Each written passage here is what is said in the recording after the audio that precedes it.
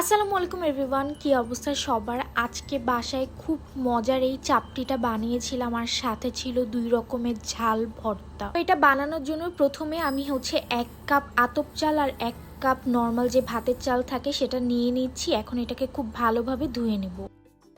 চালটাকে আমি ধুয়ে 15 মিনিটের মতো ভিজিয়ে রেখেছিলাম। এখন এই চালটাকে আমি ভালো মতো ব্লেন্ড করে নেব।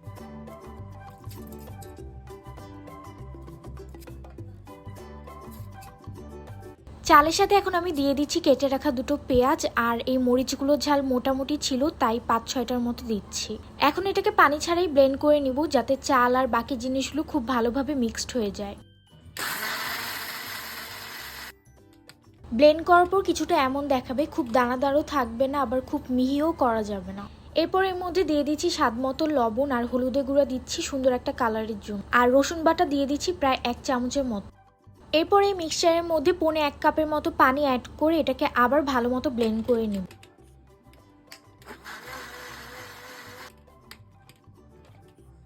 ব্যাটারের টেক্সচার কিছুটা এমন হবে, খুব একটা ঘন না খুব একটা পাতলাও হবে না।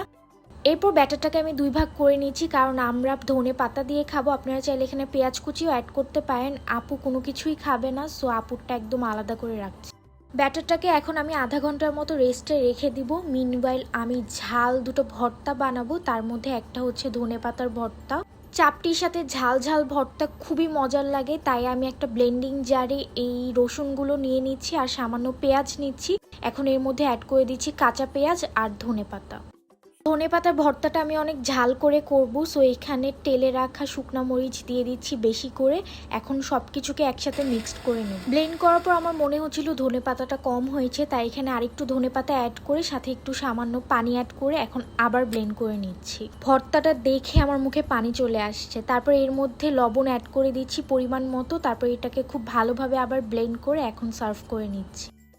সো এটা হচ্ছে ঝাল ঝাল আমাদের মুখে পানি আসার মতো ধনেপাতার ভর্তা, আর সাথে ছিল এটা রসুন মরিচের ভর্তা। এটাও খুবই মজার আর ঝাল হয়েছিল।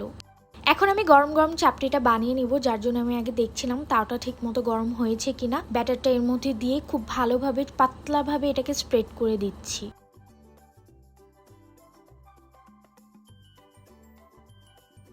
চুলার আঁচটা মিডিয়াম আঁচে রেখে এটাকে ঢেকে দিচ্ছি। এই যে দেখাই যাচ্ছে এটা হয়ে গেছে, কারণ এটা খুব সহজে তোলা যাচ্ছে। আমি পিছন সাইডটা দেখিয়ে দিই কেমন হয়েছে। চাপটি অথবা চাপড়ি আপনারা যেটাই বলেন, let me no in the comment section আপনারা কোনটা বলেন। সো প্রথমটাই হচ্ছে আমি গরম গরম এমনিই খেয়ে ফেলেছিলাম, তারপরে আবার এই ব্যাটারটা দিয়ে এইভাবে স্প্রেড করে দিচ্ছি। এই প্রসেসটা এত স্যাটিসফাইং, আমি একটার পর একটা বানিয়ে যাচ্ছিলাম। আমার খুব মজা লাগছিল এগুলো বানাতে। আমাদের বাসায় এই চাপড়িটা সবাই অনেক পছন্দ করে। 300 ফিটে গেলেই নিলাম মার্কেট থেকে আমাদের এই চাপটি আর হাঁসের মাংস প্রায় খাওয়া হয়। আজকে আমাদের বাসায় মুরগির মাংস রান্না করা হয়েছিল, সো এটা দিয়ে আমরা আজকে খাবো। এটা গরু মাংসের সাথে অনেক মজার হয়। আমার নানু বাসার সাইডে সকালবেলা ব্রেকফাস্টে এই চাপটিটা করা হয়। এটা আমার খুবই পছন্দের একটা জিনিস। এটা গরম গরম খেতে খুবই মজার। আপনারা আমাকে কমেন্ট সেকশনে জানান আপনাদের অঞ্চলে এটাকে কি বলে আর এটা কার কার আমার মতো ফেভারিট।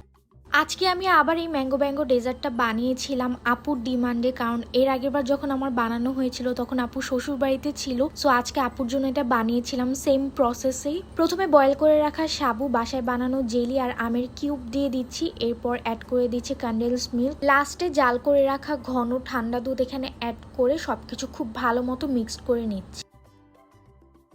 এই ডেজার্টটা ঠান্ডা খেতেই ভালো লাগে, সো এটাকে আমি ভালো মতো মিক্সড করে এখন ফ্রিজে কিছুক্ষণ রেখে দিব। তারপরে আমরা যেই চাপড়িটা বানিয়েছিলাম সেটা খাওয়ার পর যে ঝাল লেগেছিল, তারপরে এই সাবু ডেজার্টটাই খেয়েছিলাম। যারা এই ডেজার্টটা কখনো ট্রাই করেনি আমি বলবো একবার হলেও এটা ট্রাই করতে। এটা খুবই মজার, বানাতেও খুবই ইজি। এটার রেসিপি অলরেডি আমার পেজে দেয়া আছে, কেউ চাইলে দেখে নিতে পারেন।